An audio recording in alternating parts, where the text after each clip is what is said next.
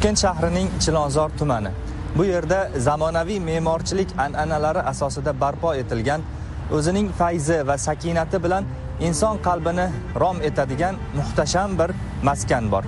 Bu butun islom olamida tan olingan buyuk olim, mujaddid va murabbiy Shayx Muhammad Sodiq Muhammad Yusuf hazratlari nomidagi majmuadir. Bugun biz sizga nafaqat bir masjid, balki ulkan bir ma'rifat markazi haqida hikoya qilamiz. Shayx Muhammad Sodiq Muhammad Yusuf nafaqat O'rta Osiyo va Qozog'iston musulmonlari diniy boshqarmasining sobiq muftiysi, balki mustaqil O'zbekistonning ilk muftiysi ham edilar. U kishining hayoti va ilmiy faoliyati xalqimizning din va diyonatini mustahkamlash, ajdodlarimiz merosini o'rganish va ilm ma'rifatni yoyishga bag'ishlandi. Shayx hazratlari 100 dan ortiq asarlar muallifi bo'lib, ular orasida Tafsir-i Hilol, Hadis va hayot, Iymon, Baxtiyor oila, Ijtimoiy odoblar kitoblari xalqimiz sevib mutolaa qiladigan bestsellerlar darajasiga chiqdi.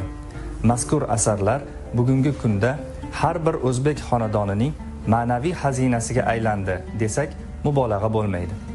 Bugun Shayx hazratlarining asarlari bir necha xorijiy tillarga tarjima qilinib, nafaqat yurtimiz, balki Qozog'iston, Qirg'iziston, Rossiya, Turkiya, Koreya va AQSh kabi mamlakatlarda ham sevib mutolaa qilinmoqda.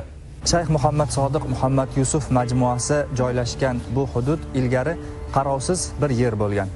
2018-yilning fevral oyida prezidentimiz Shavkat Mirziyoyev bu hududga tashrif buyurib, Shayx Muhammad Sodiq Muhammad Yusuf hazratlari xotirasiga masjid va majmua barpo etish bo'yicha topshiriq berdilar. Bu bilan Shayx hazratlarining hayotlik paytlari qilgan yaxshi niyatlari ham ro'yobga chiqdi. Davlatimiz rahbari Shayx Muhammad Sodiq Muhammad Yusuf nafaqat yurtimizda, balki butun dunyoda tan olingan olim edi. U kishining ilmiy merosini va ma'rifatini yoshlar o'rganishi kerak deya alohida ta'kidlagan edilar.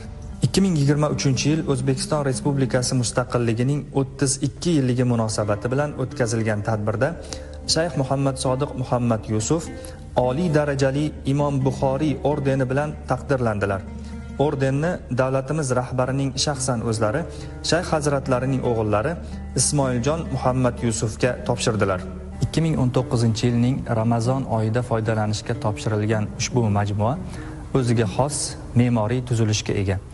Majmua tarkibida 2000 dan ortiq namozxonani sig'dira oladigan ko'rkam masjid, konferens zal, kutubxona hamda Shayx hazratlarining hayoti va ijodiga bag'ishlangan muzey o'rin olgan. Muzeyda Shayx Muhammad Sodiq Muhammad Yusuf hazratlarining shaxsiy buyumlari, qo'lyozmalari, dunyo olimlari bilan tushgan suratlari va turli tillarda nashr etilgan kitoblari saqlanadi. Bu yerga kelgan ziyoratchi olimning bosib o'tgan mashaqqatli va sharafli hayot yo'li bilan yaqindan tanishishi mumkin. Shundan ma'lum bo'ladiki, bu maskan shunchaki ziyoratgoh emas, balki tirik tarix va ilm maktabidir. Agar siz qalbingiz uchun ma'naviy ozuqa izlayotgan bo'lsangiz, albatta Shayx Muhammad Sodiq Muhammad Yusuf majmuasiga tashrif buyuring. Bu yerda siz go'zal me'morchilik namunalaridan bahramand bo'lish bilan bir qatorda buyuk bir olimning ma'naviy haybatini his qilasiz.